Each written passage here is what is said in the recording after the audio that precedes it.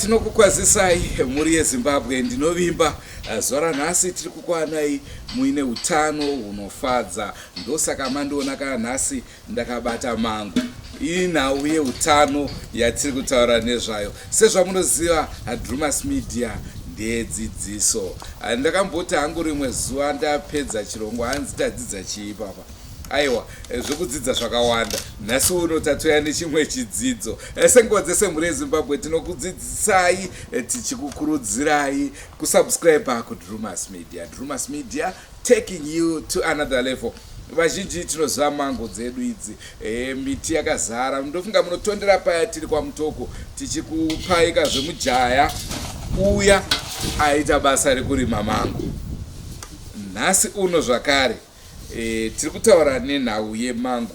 Ipo paya ndakadzidza chinhu wani kuti ndinofanirwa kurima miti yemimango. Nhasi ndawana chimwe chidzidzo kuti kana ndarima mango dzacho ndichaita sei. Makanzwa achitaura zvekutengesa mhiri kwemakungwa.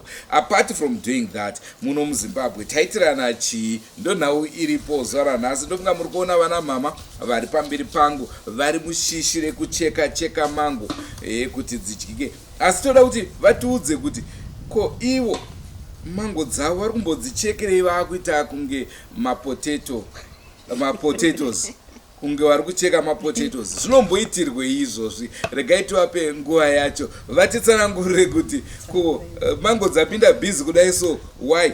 Inini ipapapa ndikutoda kungoti mazina angu dai ndaigesai ndatoipinza bhizi zvokumira kuti aite kunge mapotatoes handifungoti ndine patience idzodzo. Regai tikupei chirongwa chedu chezuva ranhasi.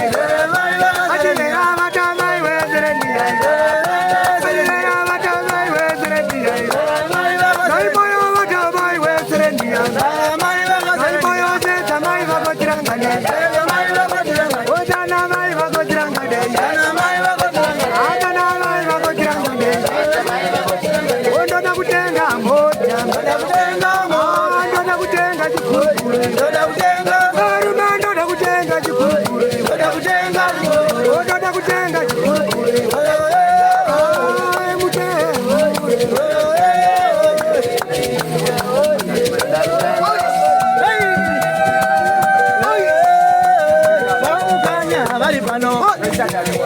Ova mukanya vari pano. Ova matope vari pano. Ova mukanya vari pano. Sheza mai vakotiranga newe. Kazi wai muri yeZimbabwe.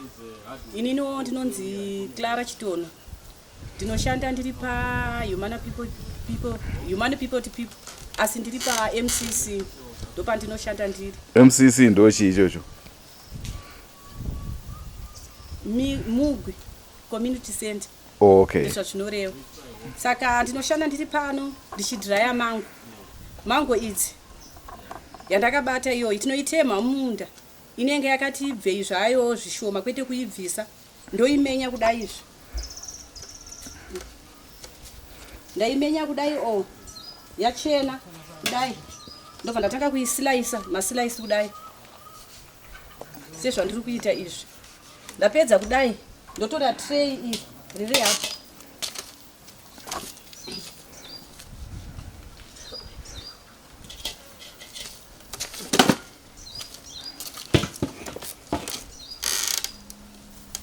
ndeisa patray kudai izvi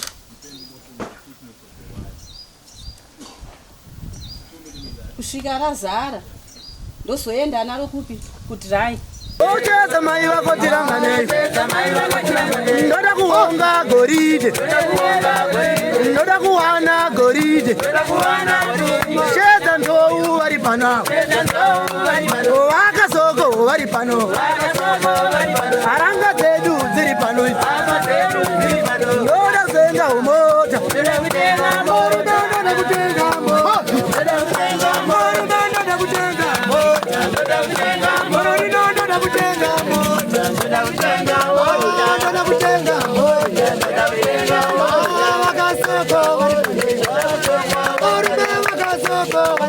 Toisa mudry ndomatichaisa kuti dziome.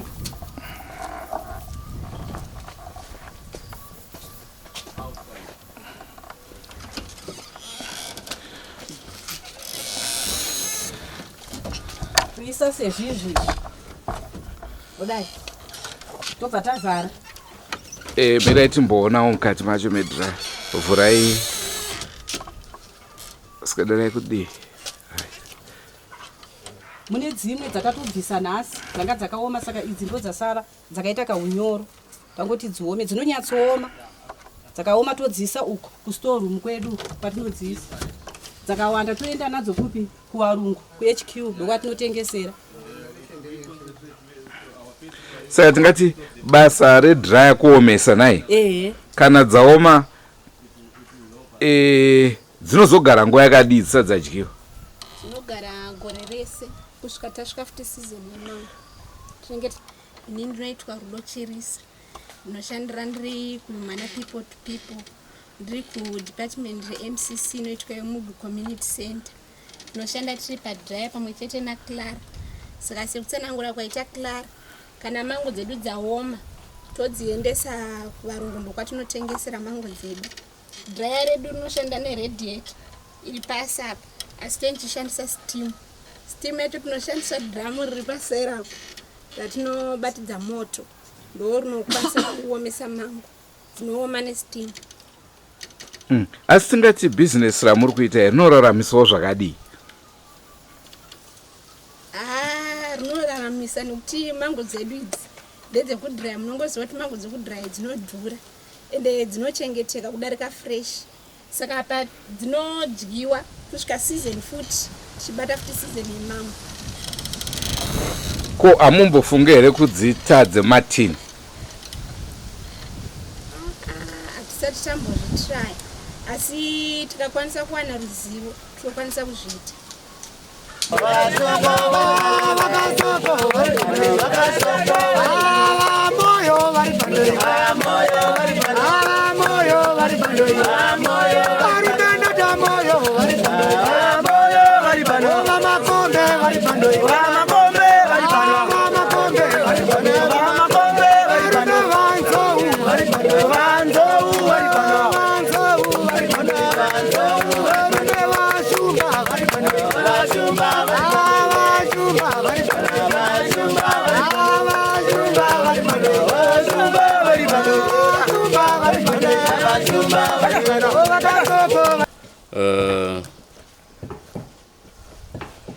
Kazivai muri Zimbabwe ini zita ndonzi Tawanda Ndowa ndiri murimi anorima ari munzvimbo yeShamva.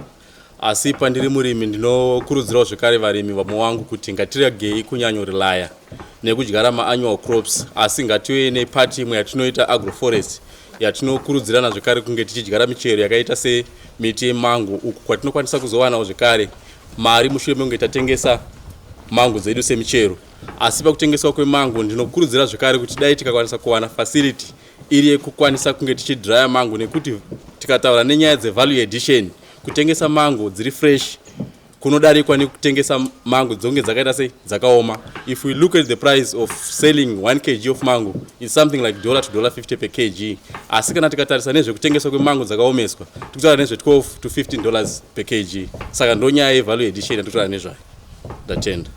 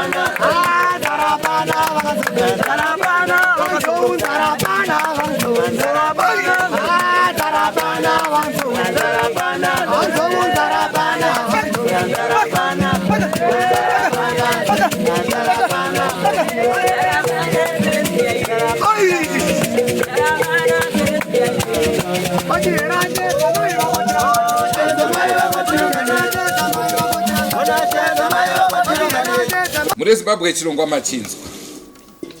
Ndaona muno muri kukandwa modzi. Idzi dzinenge dzichine basa ridzi. Dzakuraswa. Ko zvezve zvinenge zviri apa mune zvinenge zvabva nebanga. Tinozvibvisa nebanga. Ndicho chirongwa chatanga tinacho zuva ranhasi. Toziva kuti hachisi chikuru chidiki diki, asi kuti tangoda kuti tidzidzisane pamusoro pekudya kunonzi mango. Idzo mango idzodzidzi ndichada kunzwa zvakare kuti dzinombotibatsire chii muupenyu. Senguva dzese muri Zimbabwe tinokurudzirai kusubscribe kuDrewmas Media. Drewmas Media, taking you to another level. Rangu zita ndinonzi Andrew Nesham. Goodbye, my friends. Goodbye, my friends. Wakamboonana, tichazoonana nerimwe zuva, hama dzangu. Goodbye, my friends. Goodbye, my friends. Wakamboonana, tichazoonana nerimwe zuva, hama dzangu. Ini ndokwenda kubasa kwangu. Iwe makiwe mkaranga.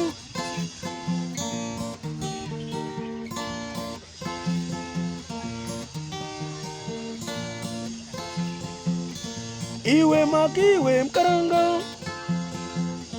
Iwe makiwe mkaranga.